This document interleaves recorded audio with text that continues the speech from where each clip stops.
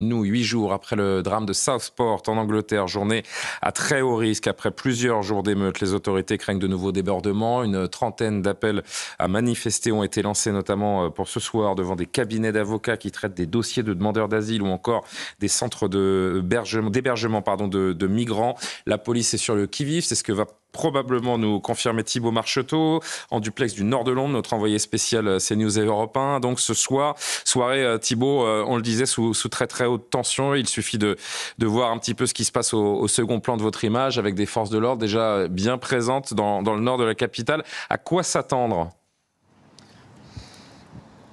À quoi s'attendre ? Eh bien, les minutes qui vont arriver vont nous le dire. En tout cas, les policiers anglais sont présents en nombre dans ce quartier menacé parce qu'il y a en son cœur un bureau d'un avocat qui défend des migrants. Il y a donc, je vous le disais, un dispositif de police très impressionnant ici. Plus beaucoup de monde dans les rues. Juste à côté de moi, vous voyez, je vais le décrire pour les auditeurs, des commerces qui sont fermés. Même des pubs ont choisi de fermer plus tôt, c'est vous dire, parce qu'ici, c'est une institution en Angleterre, près de Londres. J'ai vu tout à l'heure une personne qui portait une cagoule se balader dans ces rues. Il était tout seul, il a été contrôlé par 5 policiers, fouillé entièrement, prise de contact. Il a ensuite été relâché parce qu'il n'avait aucun objet ou aucune idée, en tout cas malveillante. Mais vous le voyez, une sécurité renforcée ici avec beaucoup de camions, avec des grillages devant pour se préparer, se parer à d'éventuelles émeutes, des colonies, des compagnies de policiers spécialisés dans le maintien de l'ordre, qu'on pourrait comparer à des CRS ici en France. Les commerces qui, pour beaucoup, ont fermé ici, ont demandé à leurs employés de rentrer plus tôt parce qu'on peut craindre des émeutes. Vous le voyez, une situation ici assez unique parce que ça n'arrive pas souvent ici en Angleterre. Mais en tout cas, une très haute tension ici. On attend évidemment de voir ce qui va se passer dans les prochaines minutes ici dans le nord de Londres. Thibaut Marcheteau, envoyé spécial à Londres pour CNews et Europe 1. Merci beaucoup Thibaut, on vous retrouve tout au long de la soirée pour comprendre ce qui se passe sur le terrain. Vous avez d'ailleurs interrogé quelques commerçants qui se barricadent, qui se protègent avant d'éventuels casses et débordements. On les écoute. Si quelque chose se passe, ils se réuniront tous, les Anglais comme les musulmans. Il va y avoir de la bagarre. Je me fiche des émeutes, je me fiche des gens. Ne touchez pas ma boutique, c'est tout ce que je demande.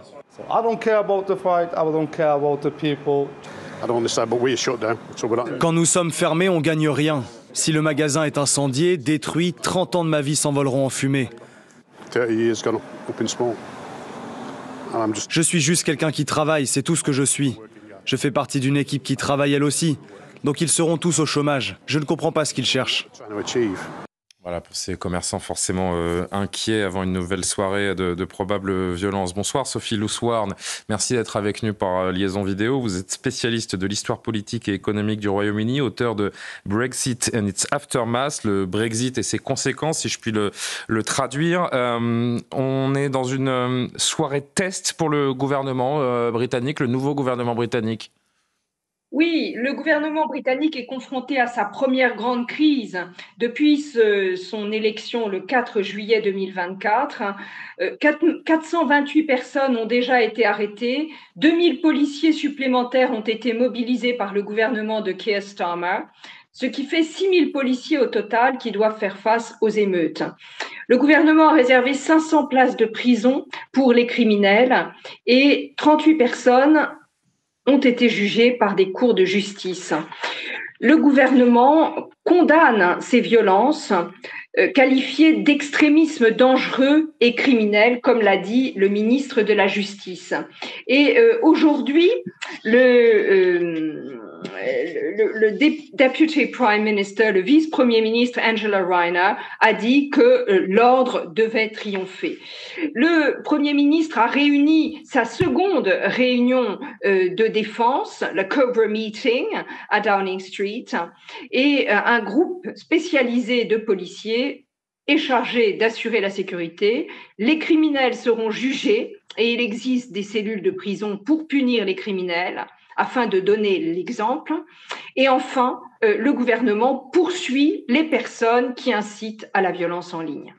Qu'est-ce qu'elles veulent dire, selon vous, ces émeutes, quand on sait qu'il y a 8 jours, de fausses informations qui ont mis le feu aux poudres, disait que l'assaillant, le suspect principal du drame de Southport, qui a poignardé 9 fillettes, dont 3 mortellement, était un ressortissant étranger, demandeur d'asile, musulman. Informations évidemment qui ont été contredites par la réalité des faits, qui disent qu'il est britannique, d'origine rwandaise, mais pas demandeur d'asile et même chrétien, de religion. Le fait que le mouvement perdure, qu'est-ce que ça dit de la société et comment on explique que ces émeutes durent dans le temps malgré le fait que l'information sur le statut et le profil de ce suspect a été démentie? On assiste à un affrontement entre des manifestants anti-immigration émanant essentiellement de l'extrême droite, proche de l'English Defence League ou de Reform UK, qui est maintenant représentée à la Chambre des communes par 5 députés, et des manifestants musulmans anti-nazis qui s'insurgent contre ces protestations. Et des musulmans anti-nazis? Non, des anti-nazis, excusez-moi. Ah. Mais vous avez également des musulmans. Donc, ce que je veux dire, c'est que le vice-premier ministre a déclaré qu'il n'y avait pas de place pour une telle violence et qu'il n'y avait aucune excuse pour la criminalité dans les rues. Mais néanmoins, on assiste à des débordements et le gouvernement, ce soir, est inquiet car on annonce même 100 manifestations. Ah oui, nous on nous parlait de 30 manifestations, mais c'était disséminé sur tout le territoire britannique, pas exclusivement réduite à la ville de Londres. Non, sur tout le territoire britannique. Ça a commencé à Southport le 31 juillet et ça s'est étendu au reste de l'Angleterre, à Liverpool, à Leeds, à Birmingham, dans la banlieue de Manchester, à Rotherham, à Middlesbrough et également en Irlande du Nord, à Belfast. À quoi on assiste au fait que le multiculturalisme à l'anglaise est en train de toucher ses limites ? Je pense qu'en effet, le multiculturalisme est mis à l'épreuve par ces émeutes. Ce n'est pas la première fois. Nous avions connu de telles émeutes en 2011. Mais aujourd'hui, l'immigration a atteint un pic en 2023. Et en 2024, de nombreux immigrés clandestins sont arrivés au Royaume-Uni par les canaux de la Manche. Et on assiste donc à des protestations, à une rhétorique toxique contre l'immigration, enough is enough, la volonté de retrouver une nation britannique. Et c'est paradoxal, car c'était la raison qui a conduit au Brexit en 2016, réduire l'immigration. Et en fait, depuis 2016, nous assistons à une augmentation constante de l'immigration. Et en 2023, 783 000 immigrés sont arrivés au Royaume-Uni. C'est un peu le paradoxe, en effet. Merci Sophie Loussoirne d'avoir répondu à nos questions sur CNews et Europe 1 en direct, spécialiste de l'histoire politique économique du Royaume-Uni, auteur de Brexit and its Aftermath, donc que l'on peut se procurer. Un mot, Frédéric Lose, là encore sur cette soirée test pour le gouvernement, pour les forces de l'ordre. Certes, il y a eu des émeutes il y a quelques années, comme le rappelait Sophie Loussoirne en Angleterre. On va dire qu'il n'y a pas une tradition du maintien de l'ordre face à la foule aussi importante que chez nous en France, et d'ailleurs des méthodes d'action qui sont très différentes chez les Britanniques qu'ici en France aussi. Oui, ils sont moins habitués. Les dernières grandes émeutes, effectivement, c'était 2011. Aujourd'hui, en plus, on a le rôle des réseaux sociaux qu'on a également connu en France. Les Britanniques, effectivement, ça a été dit, n'ont pas d'unité de force mobile spécialisée dans le maintien de l'ordre, comme c'est le cas en France depuis l'après-guerre, avec les CRS, les escadrons de gendarmes mobiles et une doctrine du maintien de l'ordre qui est mise d'ailleurs à rude épreuve. On l'a vu en juin, mais on l'a vu à l'occasion des manifestations sur les Gilets jaunes, des grandes manifestations sociales. Là, ce soir, est-ce qu'il s'agit de manifestations ou est-ce qu'il s'agit de pillage et de violence urbaine ? Ce n'est pas le même cadre juridique. S'il y a des manifestations quelque part... C'est encadré, légal. C'est encadré, c'est légal... Et voilà, s'il s'agit de rassemblements qui sont le prétexte pour piller et aller occuper et saccager des cabinets d'avocats ou s'en prendre à des personnes en fonction de leur religion ou de leur ethnie. Là, c'est beaucoup plus grave. Et effectivement, derrière ces exactions qui sont inacceptables, il y a aussi ce débat sous-jacent sur le modèle et les limites d'un modèle britannique où le droit à la différence mène à la différence des droits avec un risque de libanisation. Toutes les sociétés occidentales sont confrontées à cette espèce d'ordalie aujourd'hui. On le voit, même des sociétés très consensuelles comme les Pays-Bas ou comme la Suède, pays du welfare state, pays un peu bisounours. La France également, même si on a un modèle très différent. Mais on a un modèle qui se veut rassembleur. Ce qui nous unit doit être plus important que ce qui nous rassemble. La laïcité, une sécularisation qui permet de vivre ensemble et un cadre politique et juridique pour vivre ensemble. Et en même temps, la recherche d'un consensus sur les valeurs de la République. Alors ce modèle en France est mis à mal, mais il l'est peut-être encore plus en Grande-Bretagne, parce que l'archipélisation est poussée à outrance, et en plus, là-dessus, s'engouffre l'islam radical, qui a un projet de société, souvent, qui est alternatif et qui est différent. C'est en cela qu'il est dangereux. C'est une réalité, ce drame, Najwa El Haïty, a été utilisé dans un premier temps, le drame de Southport a été utilisé dans un premier temps par des militants d'extrême droite pour créer cette situation de violence et de chaos. Mais ça va au-delà de ça aujourd'hui. Et c'est ça que l'on remarque avec une globalisation des colères et un soufflet qui n'est pas retombé, même si le profil du suspect principal a été clarifié. Ce drame a été utilisé, mais aujourd'hui, c'est une toute autre question qui agite finalement cette agrégation de colère. Oui, tout part d'un drame, hein, l'attaque au couteau de 9 fillettes, dont 3 qui sont décédées. Et donc, il y a une profonde tristesse. On parle de colère bien présente. C'est un traumatisme énorme. Un vrai traumatisme. Quand on voit aussi circuler les photos de ces 3 petites filles qui sont décédées, on ne peut être que... Qui ont été lardées de coups de couteau, c'est terrible. Attristé et traumatisé par cet événement. Après, vous avez un gouvernement britannique qui a raison de condamner les attaques contre les Anglais de confession musulmane, les attaques contre les mosquées, les attaques contre les cabinets d'avocats qui accompagnent les demandeurs d'asile. Et c'est vrai qu'il faut éviter tout amalgame.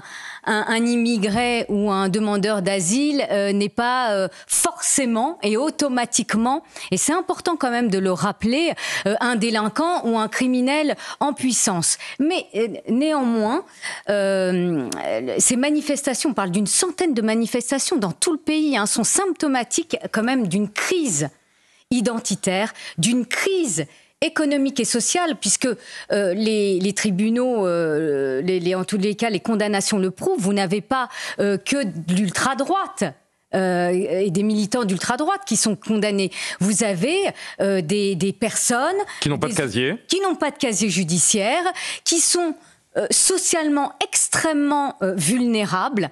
Ça fait écho chez nous à la séquence de crise des Gilets jaunes où, dans un premier temps, les Black Blocs et autres fauteurs de troubles venaient créer de la violence et du chaos, et cette agrégation de personnes issues d'une forme de société, issues Oui, vous avez... Je cherche mes mots, je bug. Vous avez parmi ces émeutiers également des personnes qui ont du mal à finir les fins de mois, qui sont issues de territoires désindustrialisés. C'est une réalité. Les gens qui vivent dans la précarité, voilà le mot que je cherchais. Sauf que quand on entend certains commerçants qui parlent d'une guerre de communautés, c'est quand même un échec du multiculturalisme également. Donc, ce gouvernement... C'est Joseph qui faisait remarquer tout à l'heure dans les commerçants qu'on entend, le premier qui s'exprime disait on va voir les Anglais et les musulmans se battre les uns contre les autres. Il dit tout, en effet, quand il prononce cette phrase. C'est-à-dire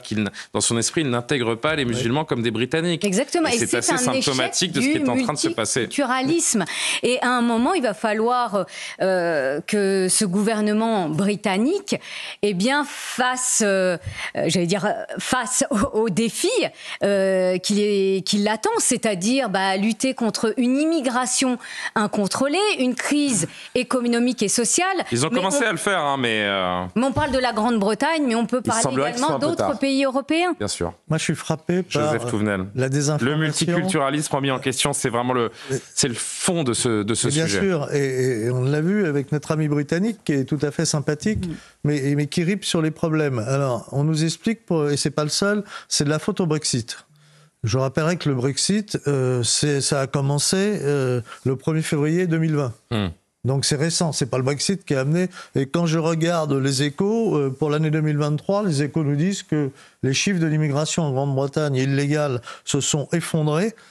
30 000 migrants ont rejoint illégalement les côtes anglaises l'an dernier en traversant la Manche. Quand on écoute nos amis britanniques, ils sont en train de nous dire que l'immigration en Grande-Bretagne, c'est depuis le Brexit tous les gens qui traversent la Manche. Moi, je veux bien qui a raison, nos amis britanniques ou les Échos avec des chiffres, alors qui sont très élevés, mais c'est quand même en forte baisse, parce qu'il y a un effort du côté français comme du côté britannique. Mais dans le vocabulaire, tout à l'heure, on a entendu cette personne qui nous disait... elle parlait de l'extrême droite, et elle a raison. Il y a une extrême droite violente, avec les hooligans qui sont violents. Qui a initié ce mouvement. Et de l'autre côté, elle nous disait c'est les anti-nazis. Non, c'est comme si on nous disait que les antifaf n'étaient pas des fascistes. Non, alors, ce sont des gens qui savent très bien faire. Ils se drapent dans un truc, je combats les nazis. Alors, qui ne veut pas combattre les nazis quand on a un peu de bon sens Et à partir de là, je peux tout me permettre.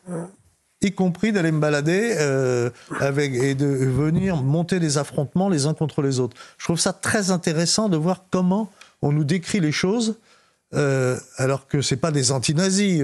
L'autre côté, c'est des excités face à des excités, c'est des extrémistes face à des extrémistes, et ces gens-là, des deux côtés, sont dangereux. On est à la croisée, Michel Taube, de beaucoup de phénomènes. L'échec de la politique migratoire, l'échec du multiculturalisme, ce retour de bâton que Joseph Touvenel rapporte également concernant le Brexit. Et ce pot pourri crée les tensions et les étincelles qui généraient ce feu. Avec, je pense, une erreur majeure qui a été commise par le Premier ministre britannique. En place ? Oui, en place. C'est qu'il a tardé. En fait, le seul discours qu'il a tenu depuis que c'est condamné l'extrême droite. Oui, et il a parlé d'ordre public. Il a parlé de gestion des violences urbaines, mais il n'a pas eu sur les faits initiaux de discours politique. Et je pense que cela, c'est un reproche majeur. Ce qui choque en Angleterre, c'est qu'il n'est pas allé à la rencontre des familles à Southport non plus. Oui, ne serait-ce que cela. C'est-à-dire qu'en fait, il a le Premier ministre Starmer, comme tout bon travailliste, bien que assez modéré et libéral et centriste dans son approche de la gauche, a un peu traité les faits de Southport comme un fait divers. Alors qu'en fait, c'est plus qu'un fait divers, évidemment. C'est un fait de société majeur, tellement significatif, ne serait-ce que le fait que l'assassin présumé, mais enfin qui a été arrêté, qui j'imagine est entendu actuellement par la justice, a grandi dans une famille installée dans un village du Lancashire, excusez-moi pour l'accent, qui est cette zone industrielle sinistrée mais assez campagnarde. On a là tous les ingrédients de la société britannique qui est complètement décontenancée, déboussolée et éclatée. Et j'aimerais revenir juste sur un point d'ordre public. C'est très intéressant. Vous parliez de 30 manifestations annoncées. Et Sophie Le Swan, qui était avec nous en visio il y a un instant, parle, elle, d'une centaine. Voilà. Donc, moi, j'ai l'impression de revenir toutes choses égales par ailleurs, et ça n'a strictement, évidemment, rien à voir. Mais lorsqu'il y a eu les émeutes en France l'année dernière, on a cru d'abord, les toutes premières heures ou les tout premiers jours, que ça se passait dans quelques villes. Et très rapidement, mais trop tardivement, nous avons tous appris, les médias notamment, qui sont pourtant bien informés, qu'en fait, les émeutes ont éclaté dans 550 villes de France. Et ça a mis des semaines pour qu'on sache combien de villes françaises ont été touchées. Moi, j'ai le pressentiment que ce qui se passe là, en Angleterre, ça fait un peu boule de neige, ça va très vite, ça peut concerner beaucoup de villes, et c'est un défi en termes d'ordre public et de sécurité collective pour le Premier ministre britannique. Mais un défi sur le très court et sur le très long terme pour le pouvoir britannique. Et ça semble être une équation assez compliquée à résoudre. Frédéric Claus, vous vouliez apporter de précision. Oui, en fait, On a la grille de lecture de Christophe Guilly, La France périphérique. Là, on a l'impression que c'est l'Angleterre périphérique qui se révèle. Exactement. Alors, dans cette grille de lecture, ce que disait ce commerçant qui est... il y a les Anglais, il y a les musulmans. Je mettrai un tempérament parce qu'effectivement, on a aussi des musulmans qui sont parfaitement bien intégrés, assimilés. Commencer par le maire de Londres, Sadiq Khan, mais également le maire de Rotterdam, qui est d'origine marocaine. C'est quand même la deuxième ville des Pays-Bas, le premier port, je crois, européen. S'appelle M. Abou Taleb, qui est élu depuis 2009. Premier ou deuxième. Ça veut dire que cette grille de lecture et surtout la problématique sur les valeurs par rapport à l'islam radical, par rapport aux sociétés d'accueil, se pose aussi à l'intérieur de la, entre guillemets, communauté musulmane. C'est-à-dire il y a des choix à faire, comme nous on a des choix en permanence à faire sur nos valeurs, sur ce qui doit nous unir, y compris lorsque des immigrants viennent et qui sont aujourd'hui d'origine musulmane. Et puis également, il faut savoir aussi qu'aujourd'hui, de toute façon, on a énormément de gens qui sont nés en France et qui sont musulmans. Donc, mais il y a une réalité britannique qui est aussi une réalité française, c'est que l'islamisme radical prend de plus en plus de place en Grande-Bretagne, Frédéric Loos. Oui, parce que la Grande-Bretagne, pendant longtemps, a été particulièrement laxiste et coulante. C'était le refuge même de certains terroristes. Rappelez-vous ces prédicateurs qui venaient au centre de Londres et qui tenaient des discours salafistes, frères musulmans, ou proches aujourd'hui de Daesh. Chez nous, c'était impensable. Et j'ajoute même qu'en Égypte, ou même en Tunisie, c'était inacceptable. Donc la Grande-Bretagne est aussi victime de cette espèce de tolérance débridée qui fait que, je ne vais pas dire pas de liberté pour les ennemis de la liberté, je ne vais pas dire ça, mais malheureusement, c'est un retour de bâton extrêmement dangereux et c'est aujourd'hui une épreuve, pas que policière, mais une épreuve politique. Et sociale, ouais. Michel Taube, sur cette montée de l'islamisme radical en Grande-Bretagne, est-ce qu'il y a un parallèle à faire avec la France où la tolérance, le multiculturalisme à l'anglaise a favorisé ce qui ne peut pas arriver chez nous ? Vous avez beaucoup de dirigeants islamistes, d'organisations pourchassées dans les pays arabes qui ont trouvé refuge à Londres depuis 20, 30 ou 40 ans. Et donc, si vous voulez, Londres est connue, je le répète, Londres, c'est la ville la plus cosmopolite du monde. Mais c'est aussi la ville qui a abrité pendant très longtemps les religieux les plus extrémistes, notamment pakistanais, notamment indiens. Et donc, si vous voulez, il y a effectivement une caricature de nos modèles multiculturalisme où, en fait, la diversité devient en fait une forme de wokisme exacerbé et qui est en train de gangréner nos sociétés. Et d'ailleurs, il y a, puisque je parle de diversité, je tiens à dire quel paradoxe. L'homme politique a réussi à faire inverser la courbe des flux migratoires en 2023, c'est Rishi Sunak, qui est un Britannique d'origine indienne. Et donc, effectivement, il ne faut pas caricaturer les choses, et telle n'est pas du tout notre intention, personne ici. C'est que vous avez effectivement de très nombreux Britanniques d'origine africaine ou d'origine asiatique qui sont parmi les premiers à demander qu'on cesse d'ouvrir les frontières britanniques. Mais c'est aussi vrai ici en France. Hein. Exactement. Donc il n'y a pas d'opposition entre musulmans et britanniques. La personne qui a été interviewée dans le reportage de CNews a complètement tort d'opposer les Britanniques et les musulmans. Il y a beaucoup de Britanniques musulmans et qui sont contre. Mais dans la rue, le problème c'est que dans la rue ces derniers jours, on voit plusieurs Angleterres face à face. Cette Angleterre identitaire, cette Angleterre délaissée pour compte, face à ces antifas, face à une partie aussi de la population musulmane qui vient en découdre également dans les rues. Et puis cette police au milieu de tout cela qui essaye de faire régner l'ordre.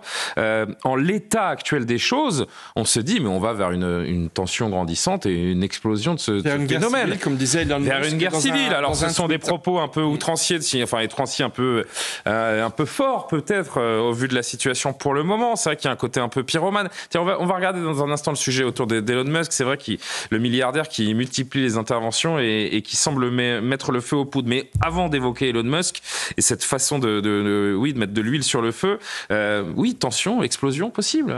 C'est un risque. Alors, c'était peut-être pas le bon moment pour qu'il en parle. Effectivement, c'est l'huile sur le feu. Mais il y a un risque de guerre civile quand on voit que des populations sont séparées. Enfin, que ce soit en Angleterre, et c'est encore pire dans certaines villes ou banlieues d'Angleterre, mais même en France, il y a des quartiers où c'est pourquoi ça a marché pendant si longtemps et pourquoi ça ne fonctionne plus aujourd'hui ? L'Angleterre, ça a marché pendant si longtemps parce qu'au fur et à mesure que les islamistes avançaient, les Anglais reculaient. C'est ce qui a été donné. C'est quand même terrifiant de voir qu'il y a des tribunaux islamiques qui peuvent décider, en cas de séparation, de divorce, qui décident, qui donnent la loi. Vous imaginez le droit des femmes ? Ça n'existe même pas au Maroc, ça. Et ce qui est fou, c'est que tout ça part d'un assassinat, d'une série d'assassinats commis par un catholique.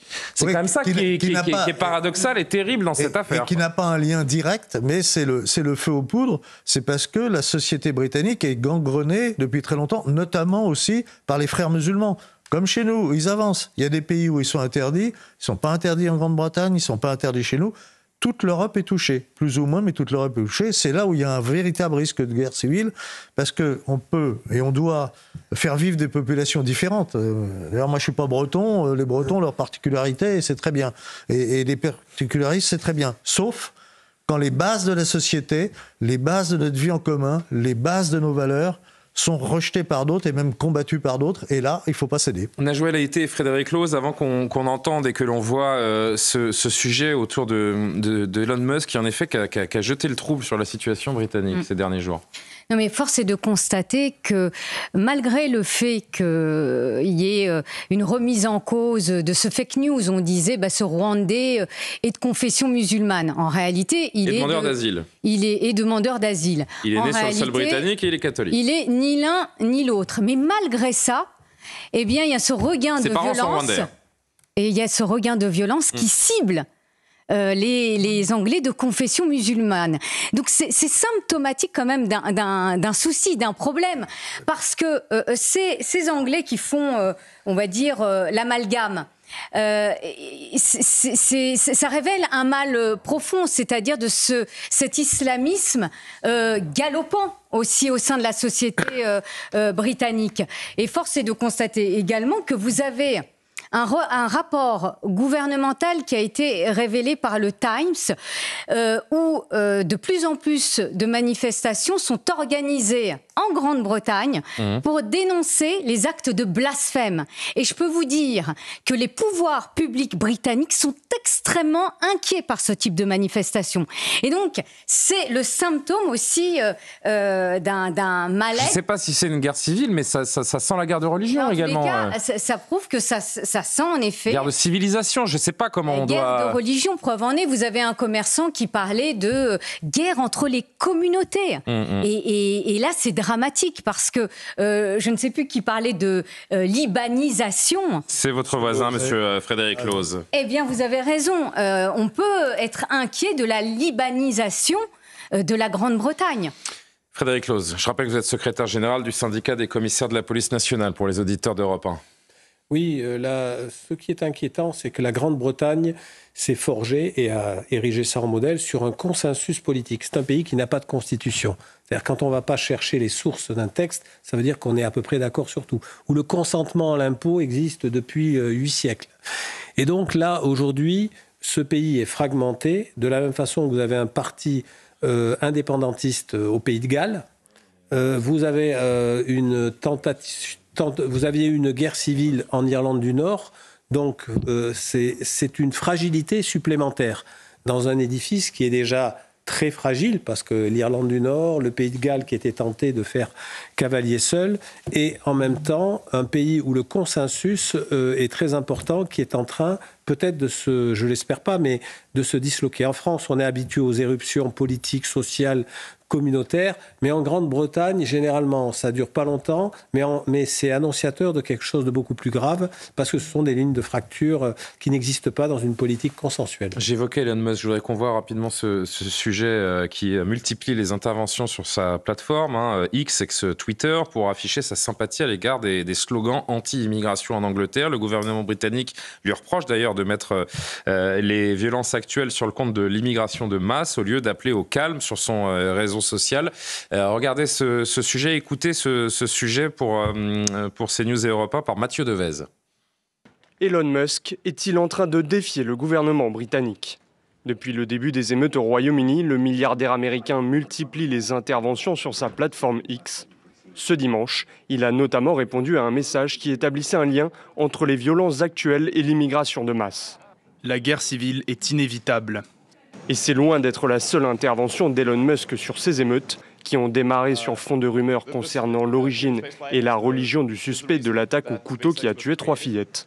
Hier encore, il a interpellé le Premier ministre britannique sur sa promesse de protéger les mosquées et la communauté musulmane contre les attaques. Pourquoi toutes les communautés ne sont-elles pas protégées au Royaume-Uni ?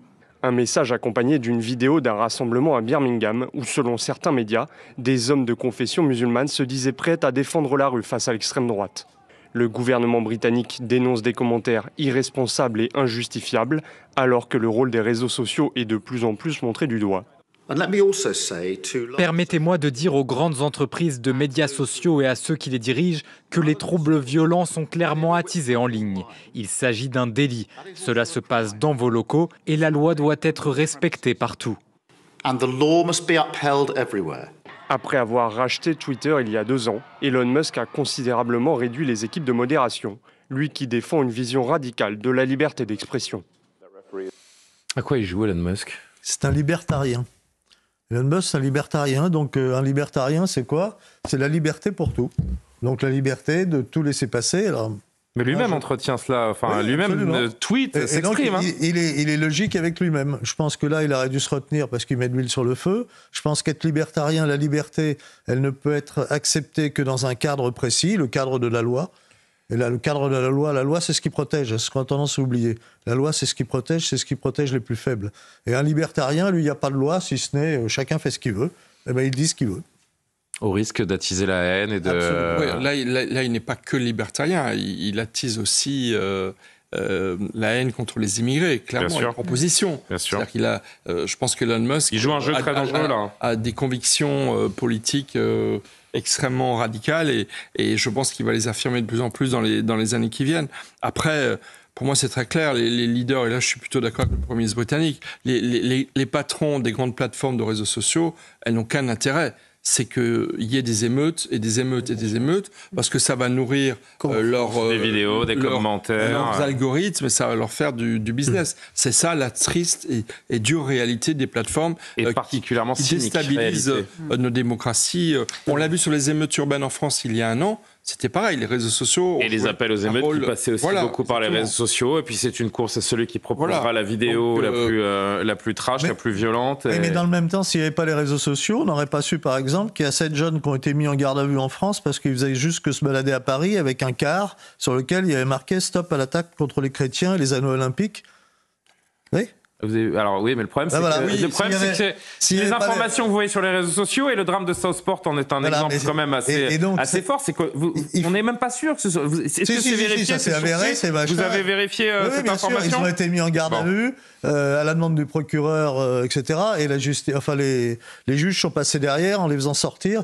Mais c'est quand même scandaleux. Non, mais on tire le pire et le meilleur de ces nouvelles technologies. On l'a bien compris, mais malheureusement, c'est qu'il y a le pire aussi.